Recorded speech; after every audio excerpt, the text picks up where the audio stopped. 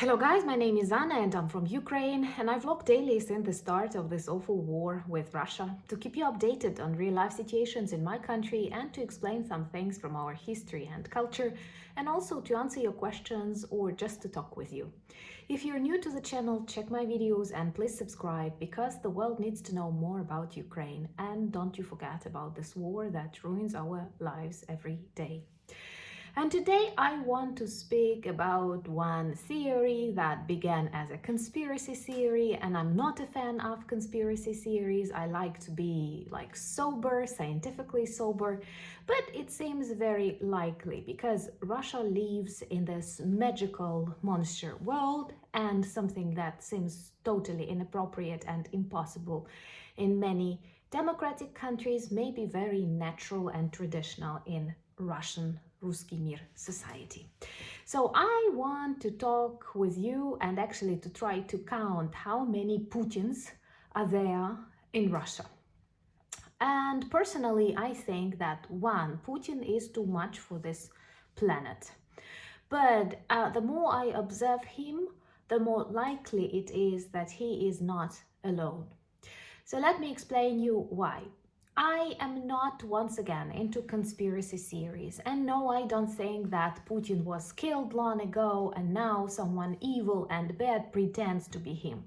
I think that this is what happens to a person that has really negative inclinations, is a psychopath or sociopath as people describe him, who is extremely reserved, has lots of traumas and stays at power for decades.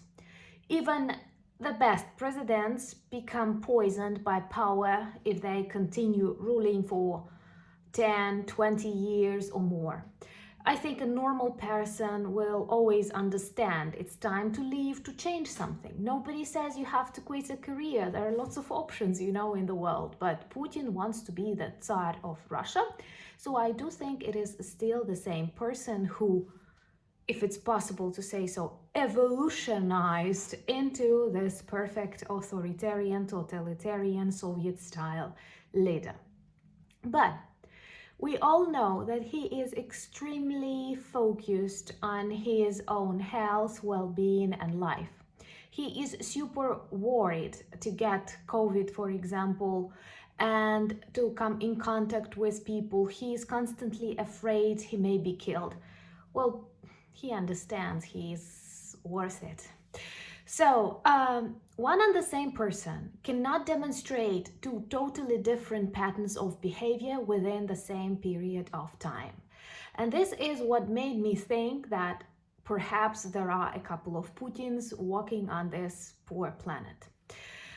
Recently, many of you sent me links with the video how Supreme Russian orc Putin visits occupied territories. It happened closely to Easter, maybe before, maybe exactly on the day, but he is surrounded by people. He speaks with them really closely. And then think about his meeting with President Macron, where 6 meter table separated them. Recently, we had a recording of a telephone conversation of one of the separatists who was somehow received a medal from Putin, and before meeting Putin, he had to spend a week in a hotel room without living it, and he had to pass several health tests. Also, he was brought food, and he actually complained to a person he was talking to that it's so difficult. He is supposed to meet Putin next week, and he has to spend this quarantine week under total control of special services. So how can this person then travel to Belarus and kiss with Lukashenko? This is, by the way, a very weird Soviet tradition of kissing in the lips that they practice. So also, I doubt who was with Xi Jinping during his visit to Moscow because, China, the heart of COVID, and Putin, who who spent 2 years during the pandemics in total isolation, and many people who are actually close to him believe that these years of isolation strengthened his paranoia and fastened the period during which he decided to attack Ukraine. Like, he lost his connection with reality, and he decided he will attack Ukraine and he will start a full-scale war. So honestly, knowing that Putin is a coward, he is afraid of people, he is afraid of being on public, he is afraid that he can be killed, he will not come in close contact with people and he will not travel. So I think that a person who visited occupied territories was not Putin, but some of his doublets. Also, I have searched through the internet a couple of articles that I have come across. There are even classifications that exist. Putin traveler, bunker Putin, Kremlin goblin, and so on.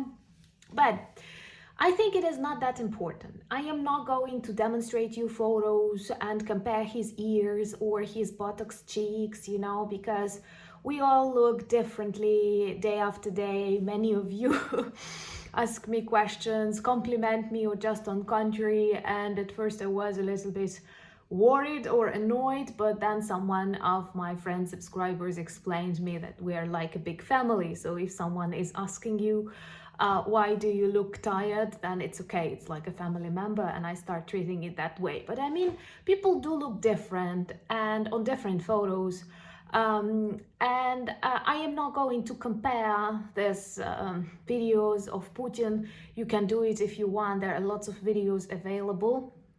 But I do think his behavioral patterns, they do demonstrate that the real Putin is hiding, is afraid of people. He does not put many friends, if he has any, no one is in direct contact with him. They have to go through quarantine, they have to be, checked 100 times, because he's very much afraid for his life, and I think he is correct in that. But in general, it is a problem, because who will be on trial in Hague? Which of these doublets? And it also results in one thing that we have to realize: this war is not going to end with the death of Putin. Because first of all, even if he dies, we may not know about that. And Russian government may choose to use other people pretending that Putin is alive, just to do their crimes, to continue doing their crimes, and without any specific responsibility. And Putin is the result of Russian society.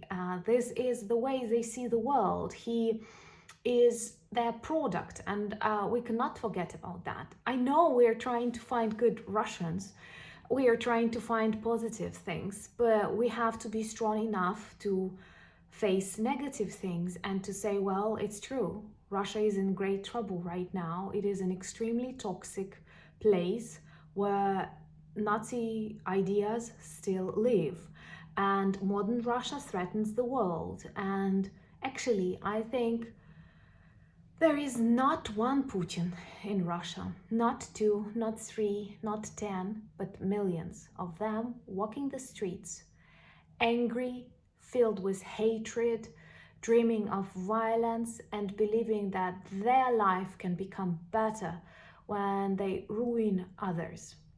And this is evil. It has to be stopped. That's why you have to share videos like this, so that more people remember about Ukraine and this war, this civilizational war that takes place on our streets, in our cities.